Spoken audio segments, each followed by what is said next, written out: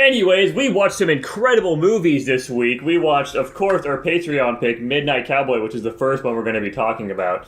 And of course, the person that's going to be talking about that is Tanner, because he's the one that likes this movie so much and he just wants to talk about it. Oh no. Oh boy. Midnight Cowboy is the story of Joe Buck. He's just a hoedown, low-down Texas boy trying to make it in the big city.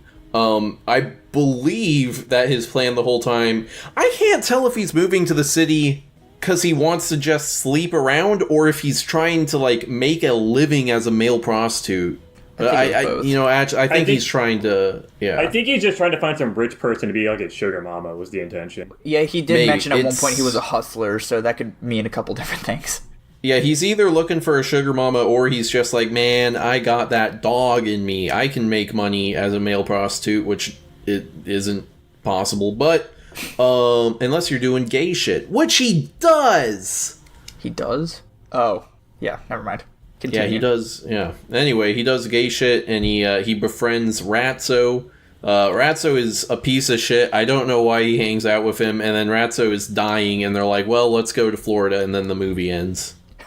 Okay, so Dylan, what did you think of this movie? It was very confusing, very slow, and I didn't understand what was going on a lot of the time. What do you mean? Like Tanner was explaining, I didn't understand his motivations. I thought he was moving because he couldn't keep a job or something in Texas, or he didn't want to. I thought he was moving to New York because he wanted new opportunities. I thought male prostitution at one point was on the table, which I guess maybe it was or something. I don't know. But then he also was, like, saying something about, like the first lady he hooked up with, he's like, oh, I should let you know I'm a hustler. And I was like, so are you saying you, like, gain people's trust so you can break into their houses, steal their stuff, and sell it? Like, I don't know what you're trying to say right now. And then the show just kind of meanders, and he starts, he just hooks up with people by references or whatever. I guess he starts over. I don't know. It really sounds clear. Like you and Tanner are in the same boat here with this movie, where you guys just don't fucking get it, okay? You just don't fucking get it, you stupid pieces of shit. Jackson, you were much more positive on this movie, right? Yeah, absolutely. I enjoyed this movie a good amount. And why is that, dude? Why do you feel like that was? I think I just connected with the characters a lot more. These guys looked at the movie in the sense of the big picture of, like, this is kind of like what they're planning on doing. I looked at this movie in the sense of what they're currently doing, how their lives are acting out, and the way they're going about their current situations with the interpersonal stuff. Obviously this is a character drama, and that's the main focus of the movie is, Joe Buck working through his fucking past trauma or whatever. He meets somebody else. He also has, like, major attachment issues because his fucking girlfriend got raped in front of his eyes. Dylan's looking at I forgot about that part. Know. Yeah, no, so yeah, he's fucked up. There's obviously some pretty deep implications in the movie that he was sexually abused as a child or something by, like, his grandma or whatever. And there's also, the fucking girlfriend being raped. He's working through all this trauma. You can obviously see because, a lot of people that have past issues like that generally have issues with sex and stuff. I think he kind of forms that with his entire personality, which is why he's trying to do what he's doing in the first place. He makes, like, the cowboy thing his whole shtick. Maybe that's because his grandma was, like, into that type of thing, and he attributes that to what he should be as, like, a view of masculinity or something. Yeah. And he's just working through it. He obviously finds fucking Ratso as, like, the main guy to attach to because he just has nobody down there. He's completely alone. And he's super lonely. He obviously has attachment issues again because I already said that. He latches onto him. They're good friends. They've got, like, a common kind of goal is just to make it through all this stuff. I just thought it was really engaging, honestly. I don't think I was really bored throughout most of it. There was some weird stuff, but overall I enjoyed the movie quite a bit.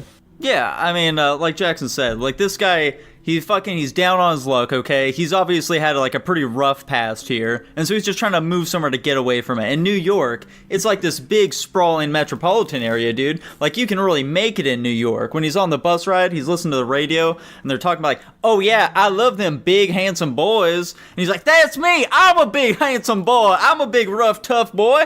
And he goes there so he can, like, get some fucking poo-tang, get a little bit of fucking cash so he doesn't have to work at, like, a diner or anything like that anymore. And guess what?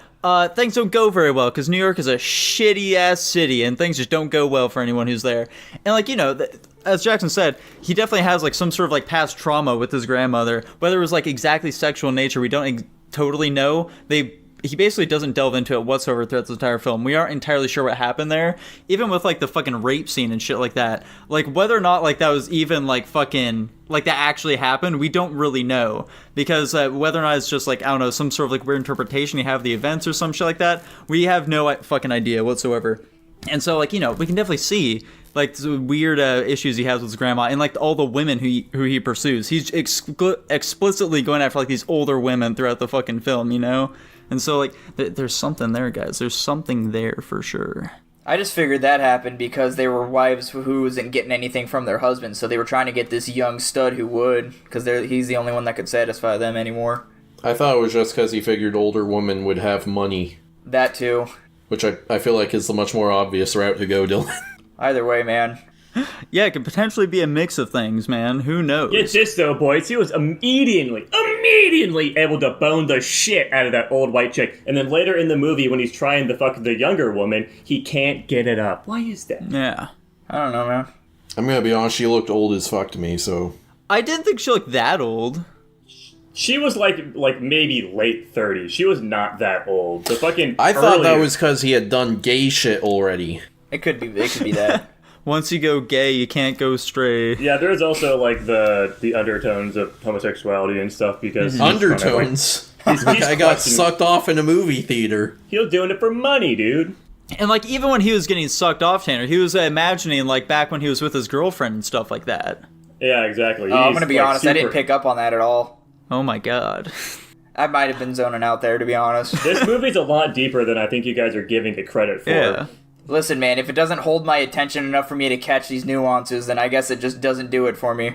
Listen, admittedly, wrong this opinion. is not my kind of film. Yes. Mm-hmm. Why didn't you say that when we were talking earlier, Tanner? Why didn't you say, I don't like character dramas very much? I didn't say that. Why did I say that? I'm saying, why didn't you say that? But because that's not true. And what do you mean this isn't your type of movie, dude? Well, this has what I term Napoleon Dynamite syndrome, where it's a 2-hour movie about a fucking retard just having shit happen to him. And I don't find those kinds of movies engaging. I don't like them at all. I'm gonna have to agree with Tanner here.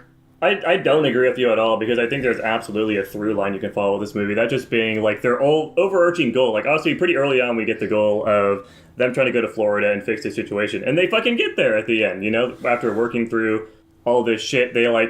He comes to terms at the very end with what he previously was. He kind of accepts who he was and he throws away his past life.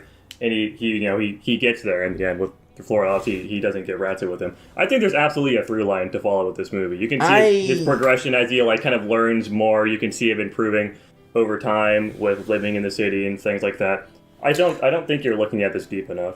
I don't agree that there is a through line. I do think it's just like shit kind of happens to him and he reacts to shit happening to him. I don't think he has much agency as a character. He could get a job, though. He could get a job, which he doesn't. So, I mean, he's assumedly going to when he gets to Florida because that was the plan. Yeah, that's what he says his whole plan is. He realizes, like, you know, the entire movie is talking about, like, I'm a hustler. Yes, sir. Hey, baby, I'm a hustler. Hey, dude, I'm a hustler. I'm real good at... He's fucking terrible, though. Mm-hmm. Nothing he does he's works stupid. out. And so he finally realizes, man, this last fucking shit. We're going to go down to Florida. Hey, Rizzo, here's the plan. I'm gonna get a job, and that's his entire plan. That's all he says in regards to his plan, because he realized, oh, that's all I really need to do. He's a simple guy. yeah, and I suppose, like, I don't know. If you want to treat the character arc of realizing you need a job to live is like this deep thing, good for you guys. It doesn't do much for me. Well, you can look at it deeper than that because honestly, there's a lot of reasons with like ego and stuff with why you wouldn't quote unquote stoop to the level of doing something like that. Mm-hmm. For example, a lot of people if they get a higher you're the opposite example of this, Tanner, because you don't do this. But like for example, you could have a job like let's say me, I guess, when I was unemployed. I had a job as a fucking software engineer where I was making good money, and then I got laid off, and then I could have just worked some random shitter job. But I didn't, and that's not necessarily because of like an ego thing.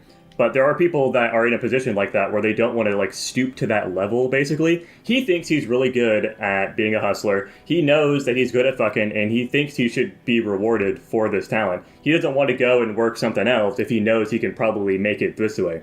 And a lot of the movie is him realizing that he's wrong about that. He's wrong about, like, his, his masculinity, like, who he is as a person. He realizes this, and that's why he throws away his identity, and he reshapes himself at the end. I think it's quite poetic. Yeah, I don't... Like, I saw all this shit. I'm not missing any of it. I just don't find it, like, interesting. Like what you just described, I'm like, okay, they made a movie about 2 + 2 = 4. It's a difference in people, then. I don't think there's really much I can do to defend this movie outside of that. Yeah, I think this is one of those agree to disagree moments for us. Yeah, I think it's just a matter of personal taste. Yeah. Like I mentioned, I fucking hate Napoleon Dynamite. I truly loathe that movie. Most people love that movie. And it's literally, I can't chalk it up to anything other than personal taste. Yeah. Well, I suppose if that's the case, does anyone else have anything else to say about Midnight Cowboy here? There should have been more gay shit in it. Maybe then Dylan would have picked up on it. So Tanner, what do you rank in this movie? Would have rated it lower. I'm gonna give it a flat C. Oh, Dylan, what are you giving it? Oh, God. I gave this movie a D. Oh my god. Jackson, how about you, dude? I give it an A. An A. Pretty solid there, pretty solid. I definitely liked this movie. I'm not quite as high on it as you are, though. I think I'm gonna give it a B. There's no way. A, B, C, D. I think it's the first time we've had this happen. I was really hoping it would happen this way. Anyways, I think you guys are all hack frauds. You don't see the potential of this movie. It landed at a B minus. Whatever, Fuck man. you. B is not a like. That's a slightly above average movie. That is a That's not slightly above. Slightly above average is C+. Well, according to our tier list, where there's 6 tiers, C+ and B- are the midpoint. I guess so that's B fair. is slightly above average. That's not how I view it. I think we also had a discussion on how that's not true. Yeah, we but can all view We've it talked in a about this different way way. too many times. Yeah, we all look at it in a different way. It doesn't fucking matter.